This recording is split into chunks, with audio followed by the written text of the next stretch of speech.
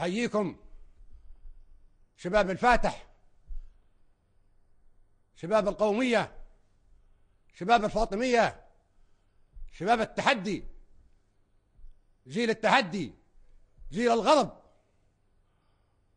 أحييكم وأنتم تقدمون للعالم الصورة الحقيقية للشعب الليبي الملتف حول الثورة على بكرة أبيه. أنتم من الساحة الخضراء تقدمون الحقيقة التي تحاول أجهزة الخيانة والعمالة والنذالة والرجعية والجبن تحاول أن تغطيها، تشوه صورتكم أمام العالم. أجهزة عربية للأسف شقيقة تغدركم وتخونكم وتقدم صورتكم بشكل يسيء لكل ليبي وليبية. يقولون لهم انظروا ليبيا، انظروا ليبيا، لا تريد العز، لا تريد المجد، لا تريد التحرير، لا تريد الثورة. انظروا ليبيا، تريد الدروشة، تريد الحي، تريد العمايم. انظروا إلى ليبيا، تريد الاستعمار، تريد الانتكاسة، تريد الحضيض. وانتم هنا في الساحة الخضراء تقولون ليبيا تريد المجد، تريد القمة، قمة العالم.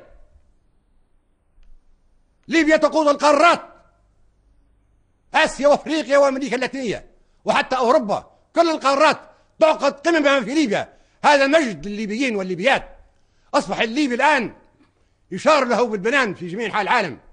بالأمس كان الليبي ليست له هوية. عندما تقول ليبي فإنك تقول، عندما تقول ليبي يقولون لك ليبيا، ليبيريا، لبنان، ما يعرفوا ليبيا. أما اليوم تقول ليبيا يقول لك ليبيا قذافي، ليبيا الثورة. كل الشعوب الأفريقية تعتبر ليبيا قبلتها، وشعوب أمريكا اللاتينية وشعوب آسيا. حكام العالم كلهم بقواهم الكبر النووية يتقاطرون على ليبيا، على بلدكم، على طرابلس، على سرت، على بنغازي. شوهوا صورتكم في إذاعات عربية شقيقة للأسف. يخدمون الشيطان، يريدوا إهانتكم. نحن نريد أن نرد الآن بالفعل فوق الأرض في الميدان.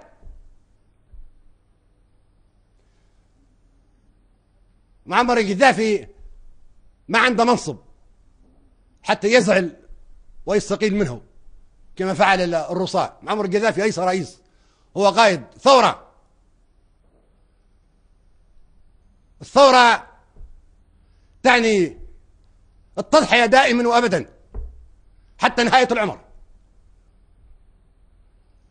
هذه بلادي، بلاد أجدادي وأجدادكم، غرسناها بيدنا وسقيناها بدم أجدادنا. نحن أجدر بليبيا من أولئك، من تلك الجرذان وأولئك الماجورين.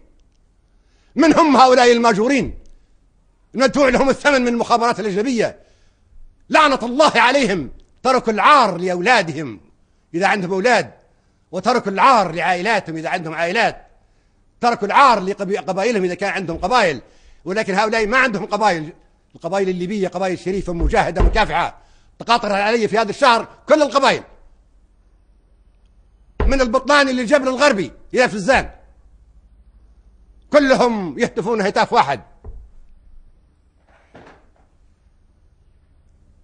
كلهم يتحدون